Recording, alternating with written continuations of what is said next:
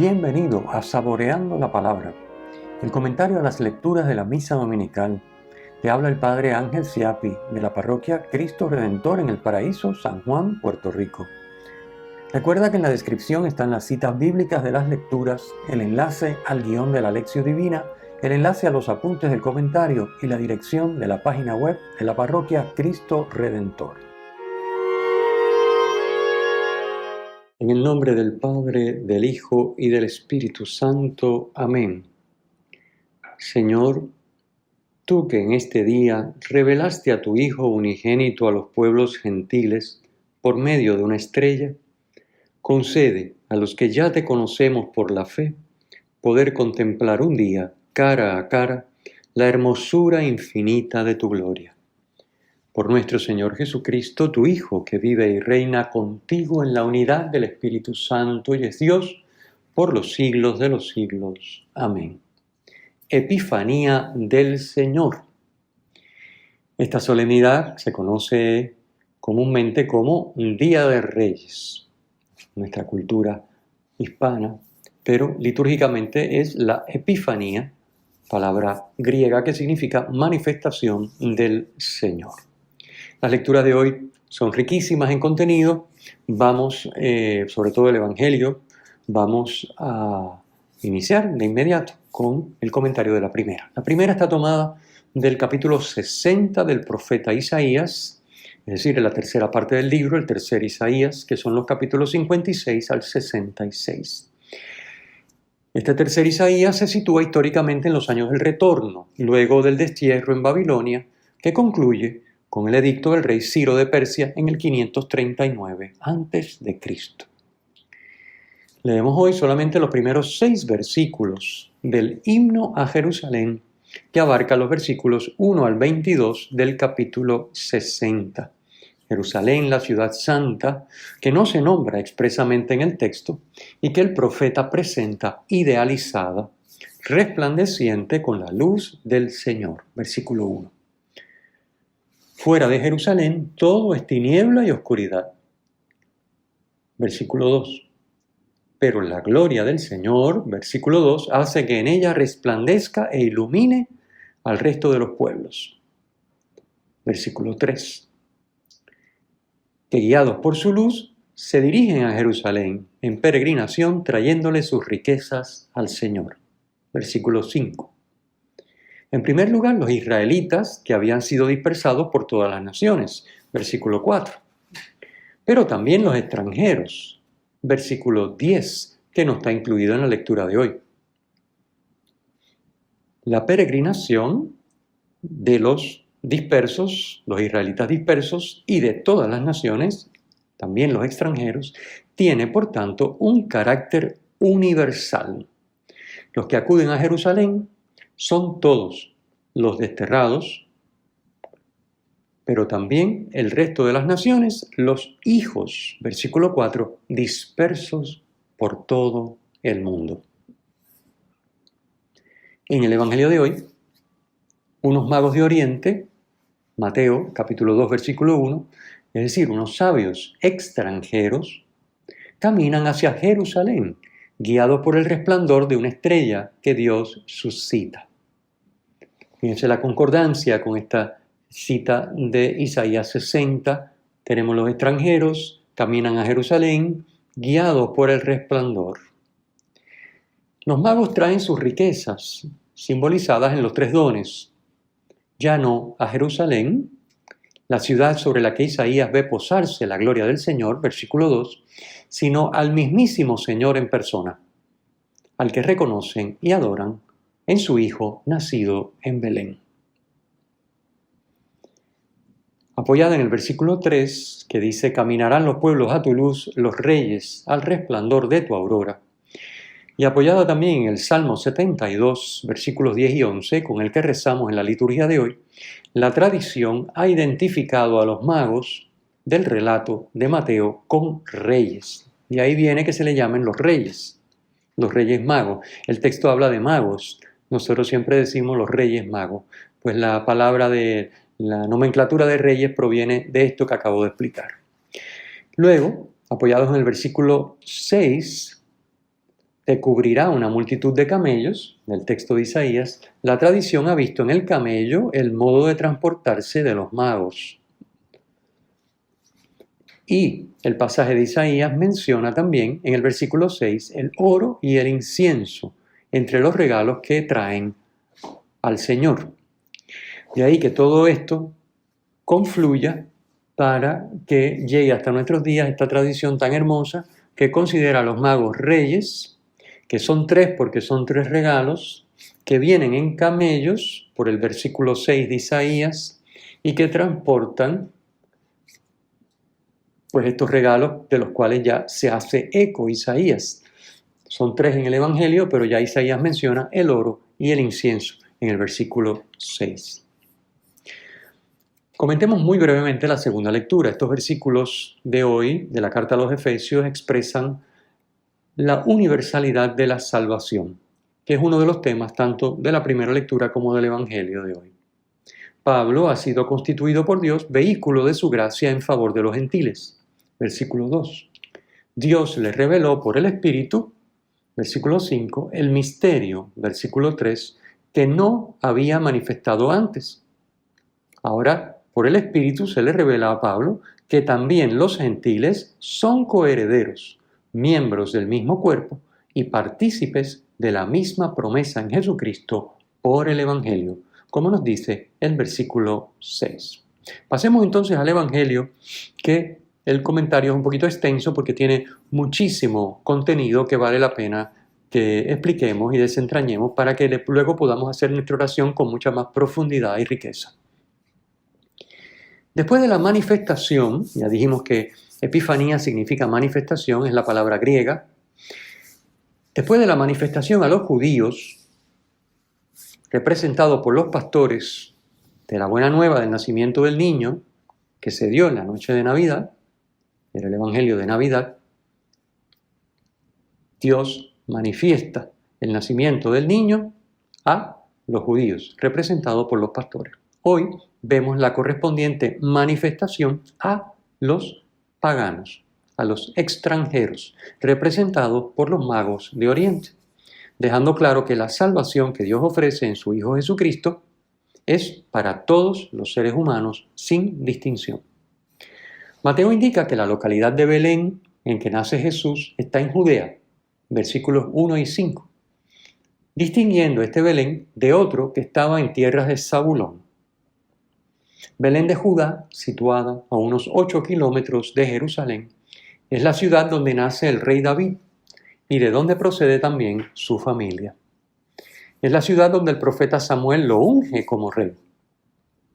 Es muy apropiado, por tanto, que Jesús, descendiente de David, nazca en Belén, que además significa casa del pan. Beth-Lehem, casa del pan. Muy apropiado, porque Jesús es el pan de vida, como nos dice él mismo en el Evangelio de Juan, capítulo 6, versículo 35. Nos explica el Papa Benedicto y abro la cita.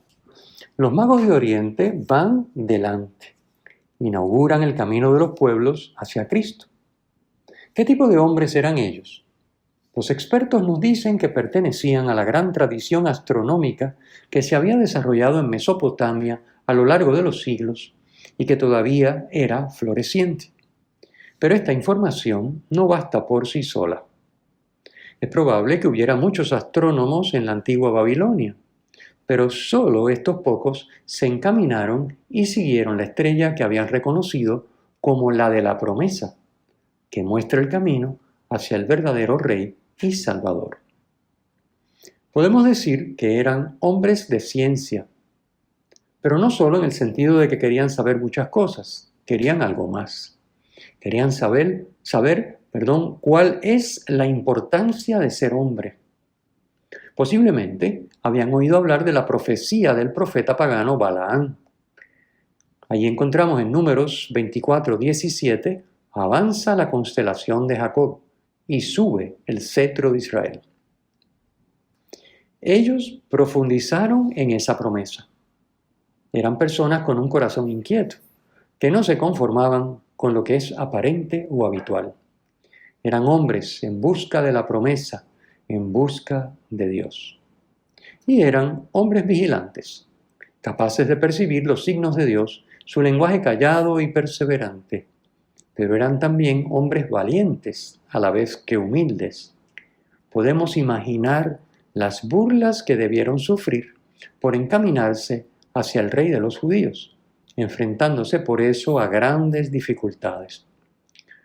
No consideraban decisivo lo que algunos, incluso personas influyentes e inteligentes, pudieran pensar o decir de ellos. Lo que les importaba era la verdad misma, no la opinión de los hombres. Por eso, afrontaron las renuncias y fatigas de un camino largo e inseguro. Su humilde valentía fue la que les permitió postrarse ante un niño de pobre familia y descubrir en él al Rey prometido, cuya búsqueda y reconocimiento había sido el objetivo de su camino exterior e interior. Y continúa el Papa Benedicto. Los magos siguieron la estrella. A través del lenguaje de la creación, encontraron al Dios de la historia.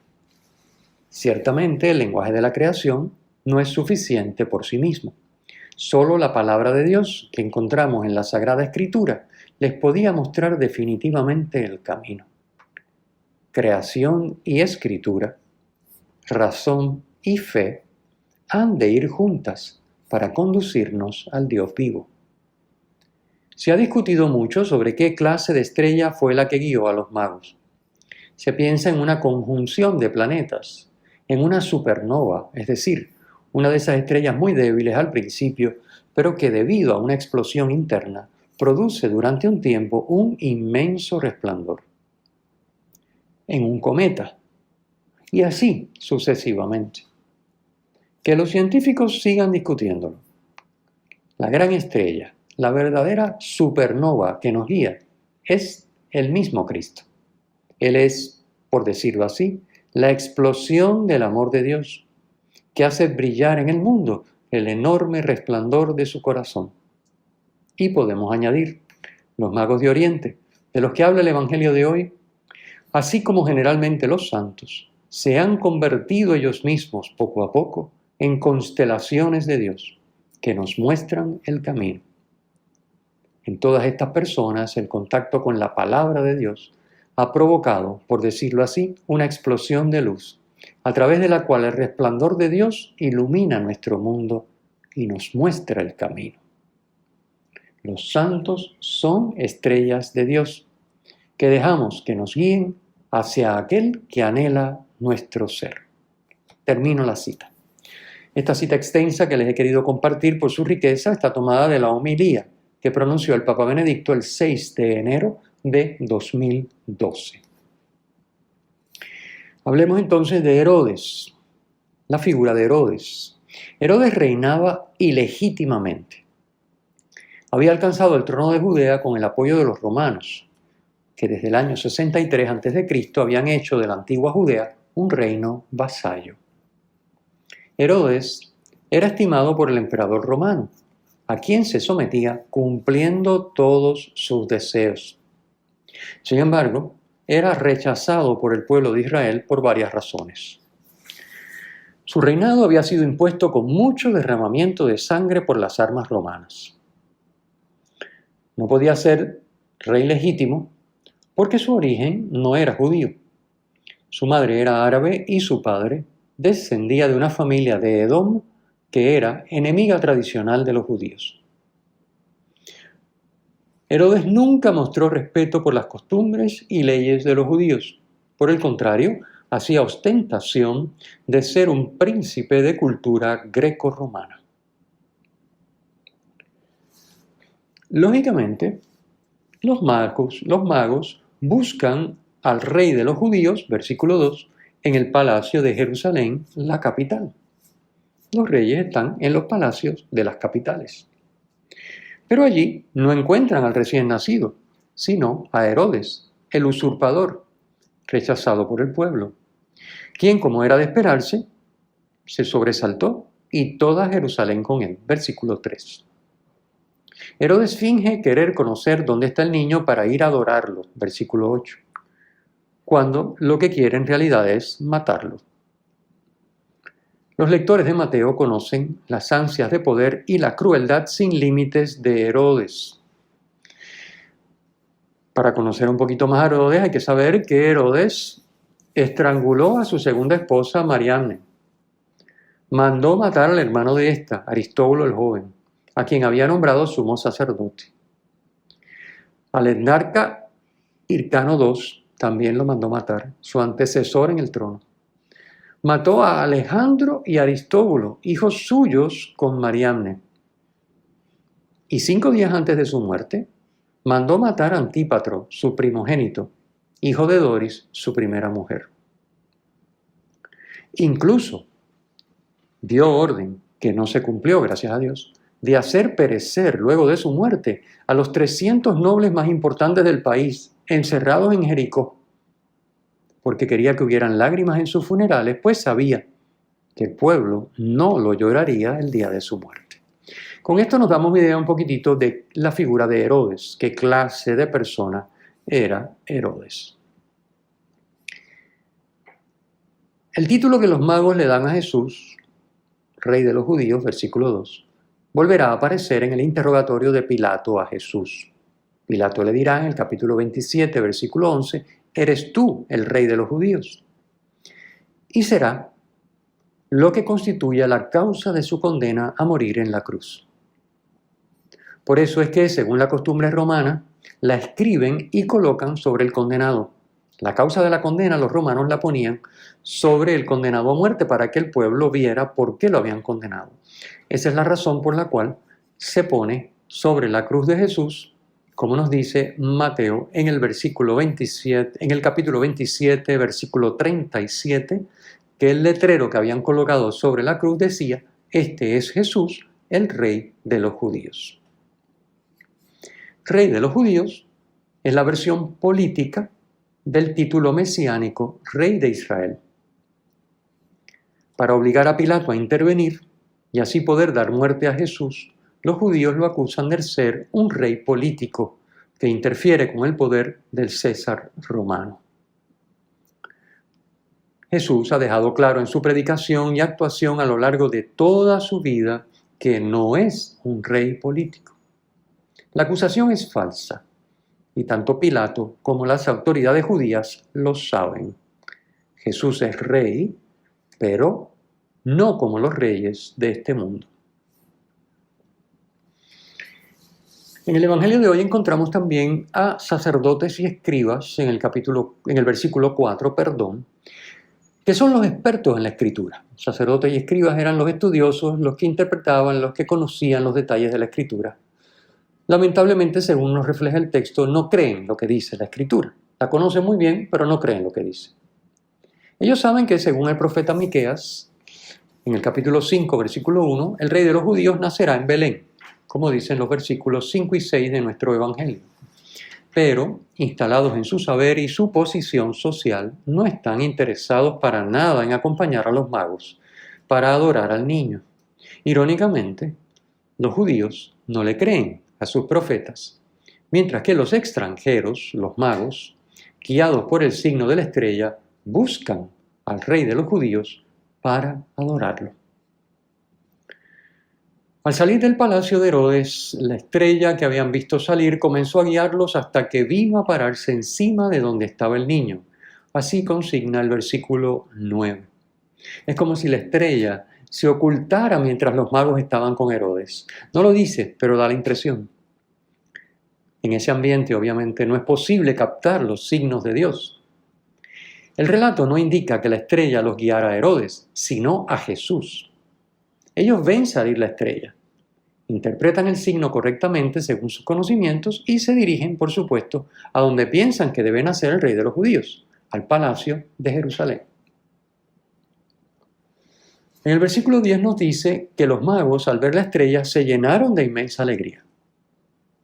Dios, por medio de la estrella, confirma la profecía de la Escritura y los guía a Belén. Como nos decía el Papa Benedicto en el fragmento de la homilía que cité antes, creación y escritura razón y fe han de ir juntas para conducirnos al Dios vivo. Experimentarlo produce una inmensa alegría. En el versículo 11 leemos: vieron al niño con María, su madre, y cayendo de rodillas lo adoraron. Arrodillarse es un signo de adoración. Por eso forma parte de los gestos que se realizan en el rito de la Santa Misa. La liturgia nos pide permanecer de rodillas durante la consagración. Está claro que esto no es una opción, esto no es si uno quiere. Debe de ponerse de rodillas, a menos que no pueda arrodillarse, por supuesto. Adorar es someterse, donarse con lo que uno es, puede y tiene, todo lo cual hemos recibido de Dios. El ponerse de rodillas o el realizar un signo o un rito, un culto de adoración, está expresando que uno en su vida adora a Dios. Es decir, se somete a Dios con todo lo que uno es, puede y tiene, sabiendo que todo eso, en definitiva, lo ha recibido de Él. La idolatría, que sería lo opuesto a la adoración, es adorar cualquier cosa o persona en lugar de Dios. Parafraseando a Jesús, la idolatría es darle al César lo que es del César y negarle a Dios lo que es de Dios.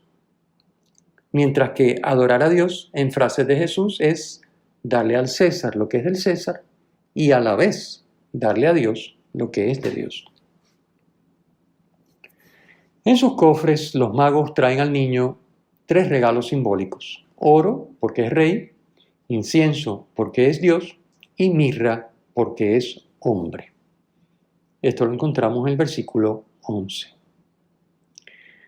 Y el versículo 12 nos dice que Dios interviene para que los magos no regresen donde Herodes. Dios libra a su hijo de morir a manos de Herodes y libra a los magos de caer en la trampa que Herodes les tendió. También a nosotros, Dios siempre nos libra de todo mal que no sea, a la larga, un bien para nosotros. El relato de hoy, un relato precioso, entrañable, en un día precioso y entrañable también, como puede ser el día de la Epifanía, el día de los Reyes Magos, nos describe el camino de fe de todo creyente. El creyente busca, reconoce los signos de Dios, camina, indaga, se guía por la Sagrada Escritura, se presenta a Dios para adorarlo y a partir de ese momento su vida cambia, transcurre por otro camino. Todo esto nos narra el Evangelio de hoy. También nos dice que el signo, en este caso la estrella, no suscita la fe. Solo sirve como instrumento para llevar a Dios al que lo busca. Como dice la plegaria eucarística 4, para que te encuentre el que te busca. Examinemos nuestro camino de fe. Preguntémonos, ¿estamos buscando? ¿Captamos los signos de Dios? ¿Nos guiamos por la Escritura? ¿Adoramos a Dios? ¿Cómo va cambiando esto el rumbo de nuestra vida? El Señor esté con ustedes y con tu espíritu. La bendición de Dios Todopoderoso, Padre, Hijo y Espíritu Santo, descienda sobre ustedes y les acompañe siempre. Amén. Si te ha gustado, usa el enlace para compartirlo con tus amigos.